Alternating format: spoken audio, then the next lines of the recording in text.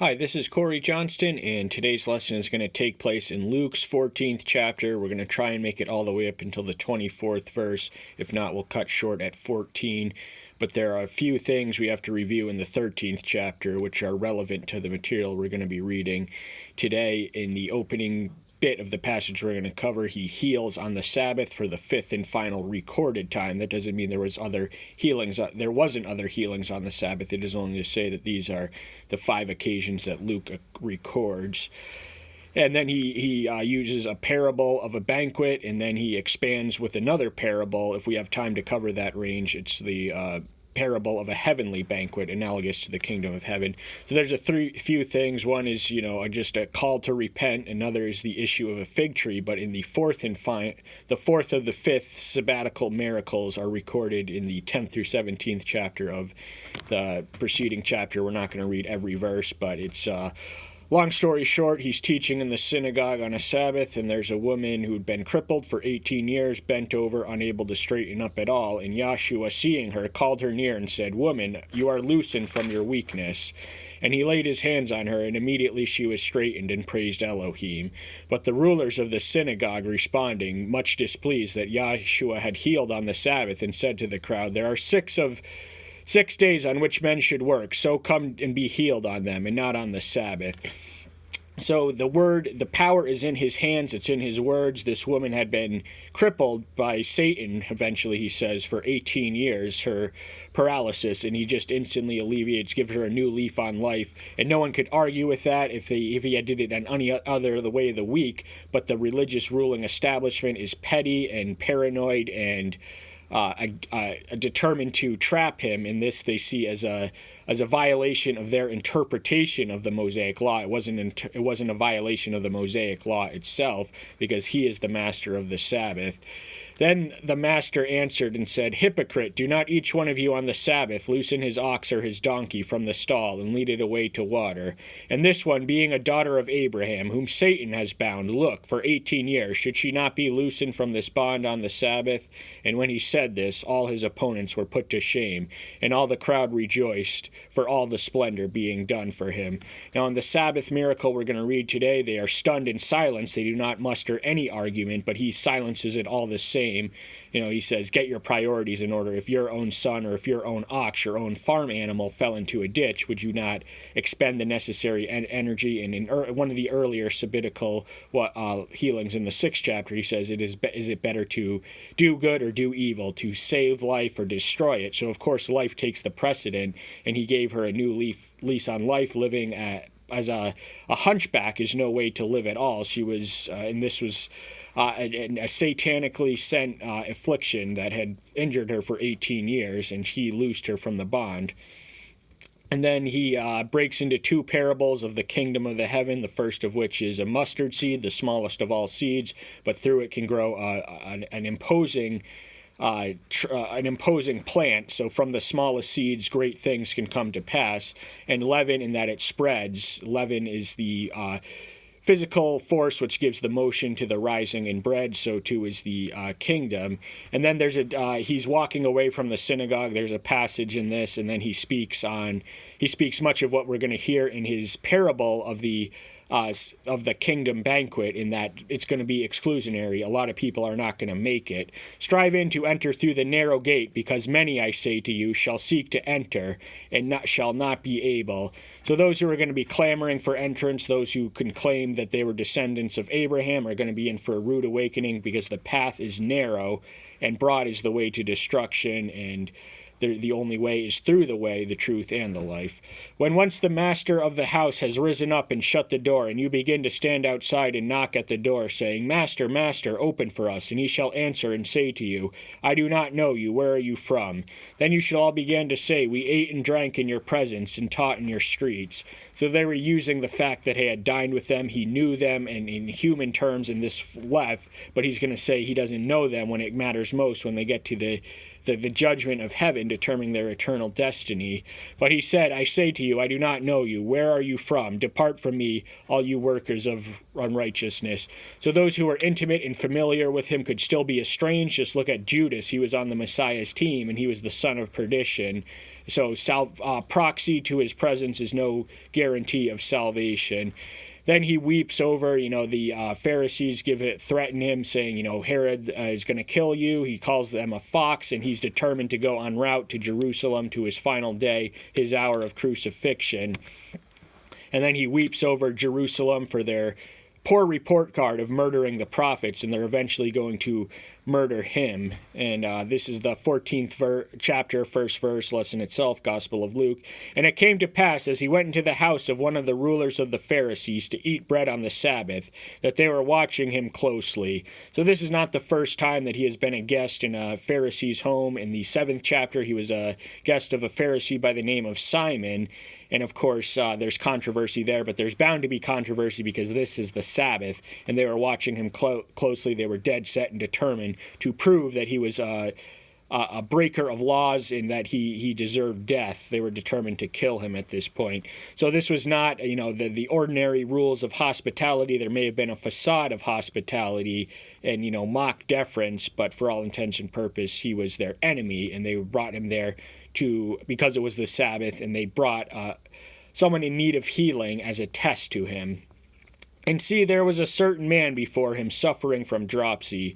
Dropsy is liquid inflammation which accumulates somewhere on the body, but the fact that this man was sick indicated that his healing touch, he could cure cancer, he can cure AIDS just by his touch, so dropsy is no big thing to him, and they brought him there for the purpose of testing him on the Sabbath to see how he would respond. And if he didn't heal him, they could say that he was without compassion, because they knew that he had the power of healing in his hands. But if he did heal him, they would get him for working on the Sabbath. Healing was considered a works, and what does they say earlier? Works. So there are 6 days in which men shall work. So they considered healing a work. They considered picking up a mat and walking with it a work.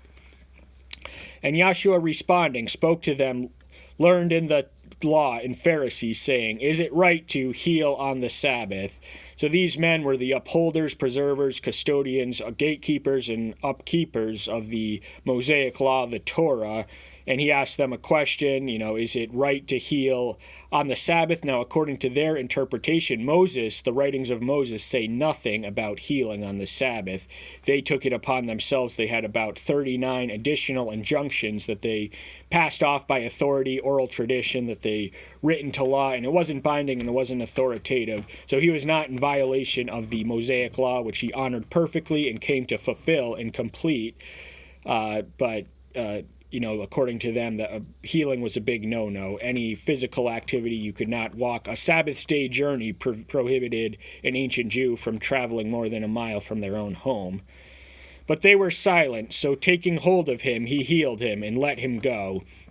So while they are silent, they cannot answer him. He makes the most of the opportunity. He uses that silence to fill in the drama, and he instantly heals him and lets him go. And to them he said, Which of you, having a donkey or an ox that has fallen into a pit, and shall not immediately pull him out on the Sabbath day? So he says much the same thing that he says in 13:15, ox and donkey. Here he just says donkey and ox, reverse order, same animals. But if one of them is fallen into a pit, of course you're not going to wait until Sunday to pick him up. The Jewish Sabbath is Saturday. So, the emergency of health and well-being of a human or an animal, of course, takes precedent. And this man was suffering from the dropsy, and he healed him, and he's saying that they are hypocrites, and they were unable to answer him regarding these. So they came with the intent to trap. They had every intention and design and motive, and they were determined, at least in advance, to use this against him, to haul him in, to seize him, but they were powerless to resist the providential force which was working on his behalf. His time had not come yet, so they were unable. All they could do was sit there in stunned silence and watch him get away with it in their face. And he spoke a parable to those who were invited, when he noted how they chose the best places, saying to them, so it's only human nature when you walk into a room to want the best seat at the table, and there's some jockeying, and some of his own disciples were guilty of this, the jockeying in the 22nd chapter, all the way up till the Last Supper. Well, it was the last day in their midst. They still were squabbling among and between themselves for the most exalted station in the kingdom in the heavens. So he rebukes that. He says, you have to humble yourself and become a servant in order to be a leader in the kingdom. So there's the world and there's the kingdom, and they are always at odds and they are always diametrically opposed. When you are invited by anyone to a wedding feast, do not sit down in the best place, lest one more distinguished than you be invited by him. So it's far better to accept the invitation to the best seat. You don't want to go in and start hogging it and, just being entitled that you deserve it, because the guest, the host will, why suffer the embarrassment of the host having to demote you from what you try to exalt yourself to. When you are invited by anyone to a wedding feast, do not sit down in the best place. Oh, I already read that. And he who invited you and him come say to you, give this one place, and then you begin with shame to take the last place. So he who shall be first shall be last. The same shall be first, and the same shall be last. This is communicated in verse 30. And see, there are last who shall be first, and the first shall be last. In the 13th chapter, 30th verse. I should have read that, but I just did. It's far better and far more practical and advantageous to be sitting on the top seat, the best seat in the house, top seat at the table next to the host himself by the host invitation. You don't want to just grab it, go in and grab it and act like it's your own home, because you will be embarrassed and suffer shame. Rather, when you are invited, go and sit in the last place, so that when he who has invited you comes, he shall say to you, friend, come up higher. Then you shall have esteem in the presence of those who sit at the table with you. So it's better to debase yourself and humble yourself rather than to aspire after the top seat in the house, that which doesn't belong to you. It's far better to be invited. This is the courtesy this is only the guestly courtesy to the host, to have him determine where he would seat you in such a station, in such a situation or context or location. And this ties into the paradox of which we also read of in the parable of the prayer of the publican and the Pharisee. For everyone who is exalting himself shall be humbled, and he who is humbling himself shall be exalted. So humility is the elusive yet essential Christian virtue. As soon as you are aware of the fact that you are humble, you lose it. It is a fragile virtue. And humility is not to have a degraded estimation of ourselves. It is to have a balanced assessment of ourselves. It is dangerous to think of yourself of a man to think of himself more highly than he ought, but it is equally dangerous for him to think of himself less than God sees him. So humility is to have the balanced perspective. It's not to be self-flagellating. It's not to go around, apologizing all the time for stuff you may or may not even done. But the reverse, this parallels a paradoxical precept which can summarize the message of the prophets: comfort for the affliction and affliction for the comfort. So if you experience and embrace the negative, you will be uplifted to the positive, and the reverse is true. If you exalt yourself, you shall be humbled or abased. Humility and humiliation are both etymologically derived from the same Latin root word, humus, for earth. So a humble person will, by his own internal and independent volition, humble himself and be down to the earth. He will have that quality of being down to the earth. An arrogant man will have to be humiliated in order to acquire humble. Humiliation involves an external force and an external actor. So people who are prideful and arrogant and haughty have to be humiliated in order to acquire humility. The humility should be a natural trait, and we should be humble and down to earth by inclination. And the reward and the expectation is that if we humble ourselves on earth, we'll be exalted in the heavens where it matters most. And he also said to him who invited him, when you give a dinner or a supper, do not ask your friends, nor your brothers, nor your relatives, nor your rich neighbors, lest they also invite you back, and you be repaid. So this reminds me of the Sermon on the Mount when sinners and publicans even love those who love them. What reward is it? So but we are to love those who hate us and despise us, ridicule and reject us. So if you're a homeowner and you want to extend an invitation for a dinner, it's kind of a quid pro quo. It's not a contractual agreement, but it's sort of expected that the host eventually reciprocate the courtesy and the grace of hosting you in your home. But, he calls us to a higher living. He calls us to share our bounty and break bread with those who are despised, outcast, and rejected and ridiculed, and those who are not in the world. So it's all well and good to treat your friends like a friends. That's what friends are for. But far better to reach out to strangers like friends and even enemies who are friends.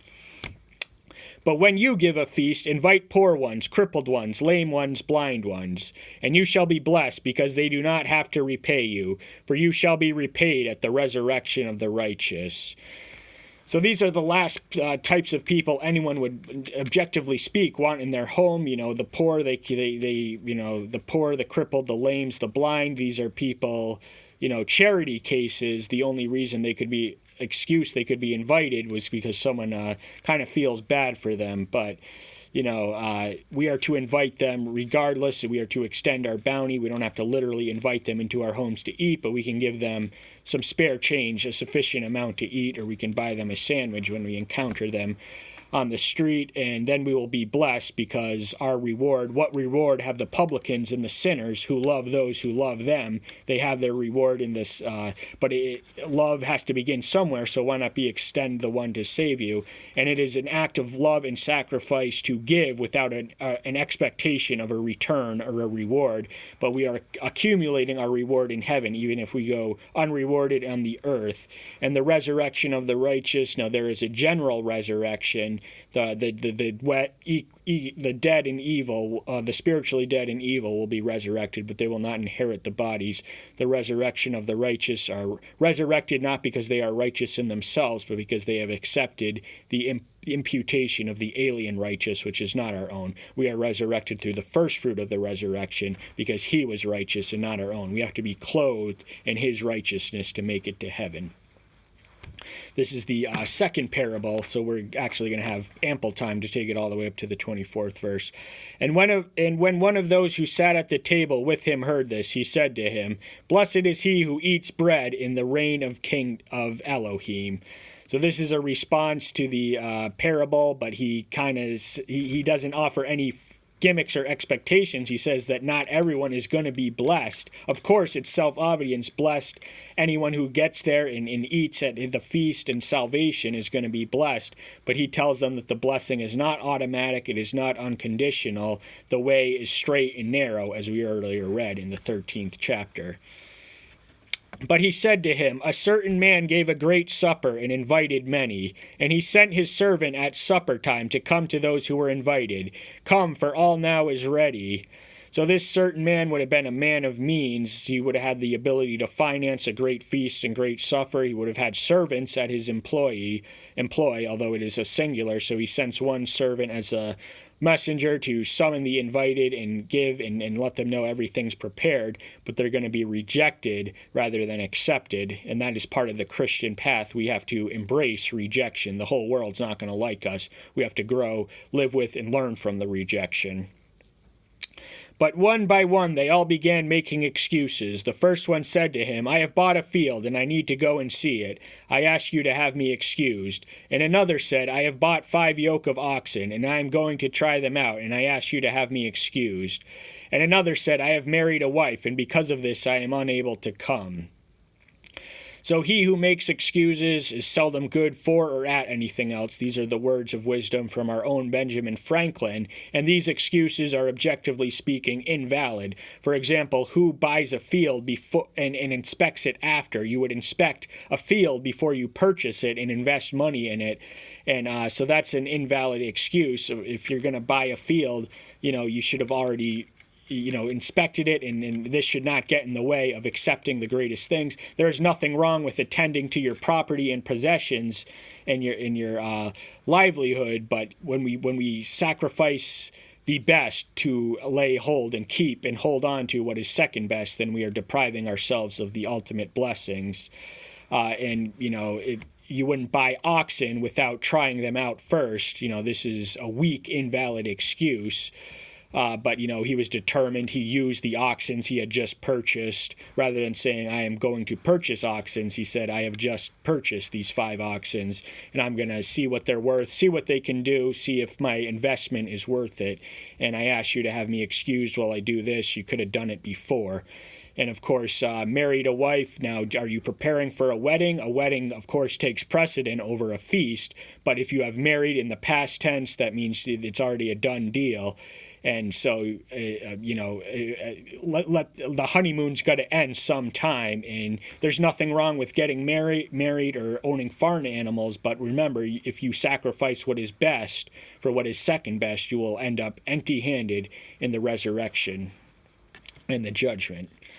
And that servant came and reported this to his master. Then the master of the house, being wroth, said to his servants, Hurry out into the streets and lanes of the city, and bring in here the poor and the crippled and the lame and the blind. So these are the people that this connects us to the earlier parable when he says, invite the